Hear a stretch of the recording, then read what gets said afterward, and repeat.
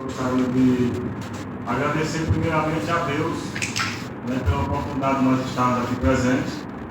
E desejo uma boa noite aí às pessoas que se fazem presentes aqui no plenário, aos nobres amigos vereadores, né, que eu conheço já todos, né.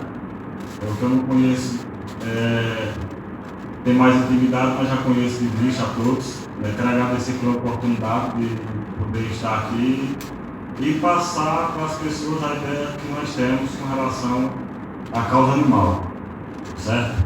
Quero agradecer o presidente pelas palavras, né, pelo reconhecimento que ele teve da minha pessoa. Agradeço grandemente.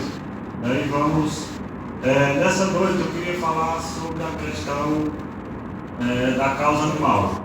Nós queríamos trazer aqui fala para aqueles que não têm fala. Ou seja, os animais, eles são aparentemente invisíveis para 95% da população. Infelizmente, é isso que acontece. São 95% de pessoas que tratam eles como uma coisa. Né? E animais não são coisas. São seres que foram criados. Foram criados por quem? Por Deus. Então, se toda a criação de Deus é perfeita, não tem por que excluir os animais. E o que nós vemos aí são maus tratos, falta de respeito para com os animais. E assim, nós começamos a aderir a essa causa há mais ou menos 3 anos. Eu costumava fazer caminhada ali para o lado da viração. E um certo dia, uma gata, ela veio, saiu lá naquela casa que chamava Casa Amarela, lá em cima, e ela começou a entrançar nos meus pés, eu fazendo caminhada, tentando caminhar, e ela sempre se entrançando e tal. Eu tive que dar uma corridazinha para ela ficar, porque senão ela teria me acompanhado em um assalto muito perigoso. Quando nós vínhamos retornando da viração, foi a mesma situação. Ela veio ao meu encontro e ficou ali comigo, eu brinquei um pouquinho com ela. E eu combinei com a minha esposa, que está aqui presente, a Ana Cristina, e quando nós chegar em casa, nós voltamos aqui e vem trazer comida para ela. Só que, para nossa surpresa, quando nós voltamos, não só tinha ela, tinha mais vários gatos que o pessoal abandona lá na Casa Amarela. Eu acho que devido ser uma casa um pouco afastada, o pessoal chega ali e solta. Então, a partir desse dia, aproximadamente há 3 anos, nós começamos a levar ração e comida para aqueles gatos que se encontravam ali naquele local.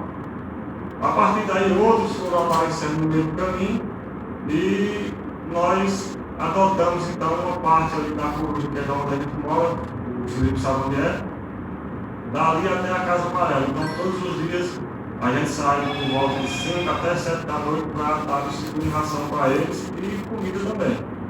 Por quê? Algum irresponsável, infelizmente é assim que tem que chamar, pegou esses animais, depois quando se serviu não quis mais, soltou eles ali. Então alguém tem que fazer alguma coisa. Por quê? Porque nós temos estatísticas que no Brasil são em torno de 30 milhões de animais de rua abandonados. Então 30 milhões de animais abandonados, se fosse para que as pessoas, a população do Brasil tomasse de conta, nós temos uma população de quase 200 milhões de habitantes, sobrava gente para adotar mais animal, né? Porque 30 milhões para 180, 200 milhões, sobraria aí 170 milhões de pessoas que poderiam estar adotando esses animais. Mas bem, como não é assim, a gente tem que contar o quê? Contar com aquelas pessoas que são simpatizantes da causa.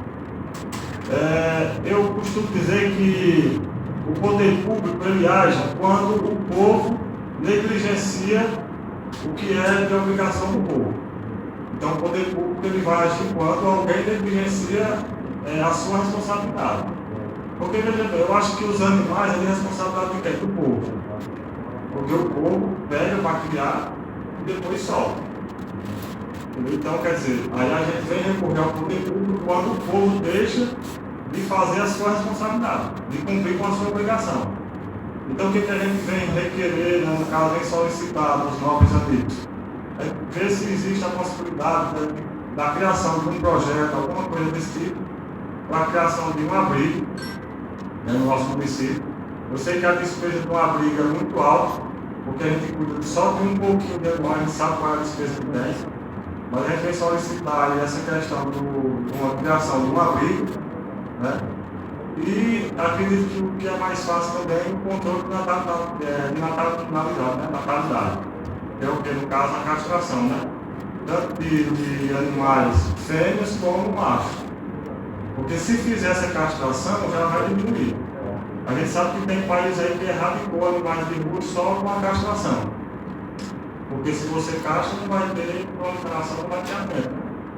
Então, assim, a gente vem aqui, né, solicitar, ver essa possibilidade de criar esses dois projetos com relação a abrigo e castração, para ver se a gente consegue mudar alguma coisa no município de Assaré. Porque, infelizmente, a coisa está feia, como diz o ditado, né? Todo lugar que você passa tem animais na rua, nas calçadas, sem contar aquelas pessoas que têm o animal e não cuidam do animal. Você olha, tem animal que você só não vê de um lado para o outro porque o outro não deixa ver, mas infelizmente está numa situação deplorável. Então, além dos animais que estão abandonados na rua, ainda tem aquelas pessoas que não cuidam. Infelizmente existe isso. Eu queria deixar aqui alguma palavra para ver se as pessoas conseguem compreender um pouco melhor e ver que esse cuidado com os animais tem que partir do ser humano. Porque, como eu disse, toda a criação de Deus é perfeita. Alguém discorda de mim que a criação de Deus é perfeita? Não. Existe alguma coisa na criação de Deus que é imperfeita? Não. Então, se nada que Deus fez é imperfeito, se tudo é perfeito, os animais são criação de Deus. O próprio Deus, ele diz o quê? Que quando ele fez os animais, fez o homem, tudo quando ele estava construindo ali, ele disse o quê? Ele viu que tudo era bom. Então, se ele viu que tudo era bom, quem sou eu para dizer que os animais são ruins? Se Deus viu que tudo era bom. Então, se ele viu que era bom e ele colocou sobre nós essa responsabilidade, então nós temos que agir conforme a nossa responsabilidade. Lá em Gênesis, no capítulo 1, tem um versículo que diz que o homem tem que dominar sobre todas as coisas.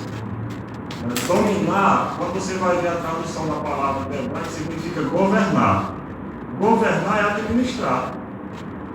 Vocês são líderes. Tem o prefeito que governa, tem o governador. Quem governa para quê? Para administrar. Então, se Deus colocou o homem como governante para governar e dominar a terra, e dominar sobre os animais, sobre tudo, é porque é para administrar, não é para destruir. E o que nós vemos aí é só destruição. Só destruição. Então, o que eu queria trazer à mente das pessoas era essa questão de que se Deus criou tudo é bom, então vamos cuidar daquilo que Deus criou. A obrigação é nossa, não é de outro. Como é que um outro animal vai cuidar de outro animal? Não tem como. Né? Então, assim, eu costumo ver, por exemplo, houve um tempo em que Jesus estava curando as pessoas e quiseram discutir com ele sobre a questão do sábado, que era um dia de descanso. Quando fala aquela questão de descanso na Bíblia, eu costumo ver ali a prioridade humana, aquilo que o homem tem por prioridade. Naquela época era o descanso. Hoje pode ser uma festa, pode ser uma brincadeira, pode ser qualquer coisa. E perguntaram se era lícito Jesus fazer cura naquele dia que era o dia de descanso. E Jesus diz assim, se um filho ou um boi de algum de vocês cair num poço, será que você não vai tirá-lo de lá? Mesmo que isso aconteça no sábado, que sábado é o dia de descanso. Então Jesus está deixando o quê? Está deixando para o homem essa condição de cuidar do animal. Tem que cuidar dele. Não importa o que esteja acontecendo, não importa a sua crença, se é feriado, se é dia de descanso, o que seja, você tem que cuidar do animal. Não importa qual dia seja, né? Então, assim, Deus fez os animais com toda a proveniência que precisava. Tudo que o animal precisa, Deus dava quando ele fez. Ele tinha tudo ali. Só que o homem, na sua irresponsabilidade, começou a modificar os animais. A gente sabe que o cachorro, o gato, o animal doméstico foi sendo criado no laboratório aos poucos, através de cruzamento e tal. Então, quer dizer, o homem foi quem chegou a isso e criou porque queria. Então, se ele criou porque queria, ele tem que dar conta de cuidar agora. Se não quer cuidar, então nós temos que fazer o quê? Tentar buscar essa questão aí da castração, nós vamos ver para poder ir reduzindo a população animal. Então, isso é o que eu acredito. E eu tenho preparado aqui bastante coisa, mas eu vou fazer aqui só o final aqui. E a minha pergunta é a seguinte: para aquelas pessoas que acham que um animal é um ser que não deveria existir, porque a gente vê, por exemplo, quando acontece um acidente, o camarada vinha atropelar um animal. Aí tem 100 pessoas naquele local. Aí 100 pessoas vai para quem?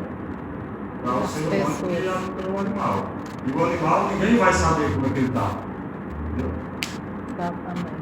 Então, quer dizer, não tem, como eu disse no começo, ele é invisível. Ele é invisível, porque o socorro chega para você tratar um cachorro, mas não chega o socorro para o animal. Eu acredito que deveria ser iguais. Entendeu? Se tem 100 pessoas, vamos aqui um cara que olhar ele e vamos olhar o outro. Esse é o meu ponto de vista. Né? E aí a gente vê muitas pessoas que dão desculpa, eu não vou isso porque não dá, eu vou. Eu costumo dizer o seguinte, que cada um faz as coisas quando quer. E quem não quer, cria história. Quem não quer fazer uma coisa, vai dar desculpa. Não tem jeito. A nossa vida é assim, quando a gente não quer uma coisa, a gente inventa uma história, dá uma desculpa. Tem pessoas que dizem, não tenho tempo. Não ter tempo também é uma história. Porque quando eu quero, eu faço. Esse é um ponto de vista que eu tenho já há muitos anos e eu sempre acreditei assim. Quando você quer fazer uma coisa, você vai fazer. É só você querer. E aí eu me pergunto às vezes, como é que essas pessoas que dizem que não gostam de animal, que briga, que chuta, que bate, como é que essas pessoas vão viver num tempo em que o profeta Isaías disse que vai chegar um tempo interessante? Ó, lá em Isaías 11, 6 a 8 diz assim: lobos e ovelhas viverão em paz, leopardos e cabritos descansarão juntos, bezerros e leões comerão uns com os outros, e crianças pequenas os guiarão. Vacas e ursas pastarão juntos, e os seus filhotes descansarão no mesmo lugar. Os leões comerão capins com os bois. Criancinhas brincarão perto de cobras e não serão picadas, mesmo que enfie a mão em suas bocas. Se você não gosta de animal, como é que você vai viver nesse período aqui? Porque a intenção divina é que chegue um momento em que todos vivam juntos, vivam unidos, assim como foi no princípio.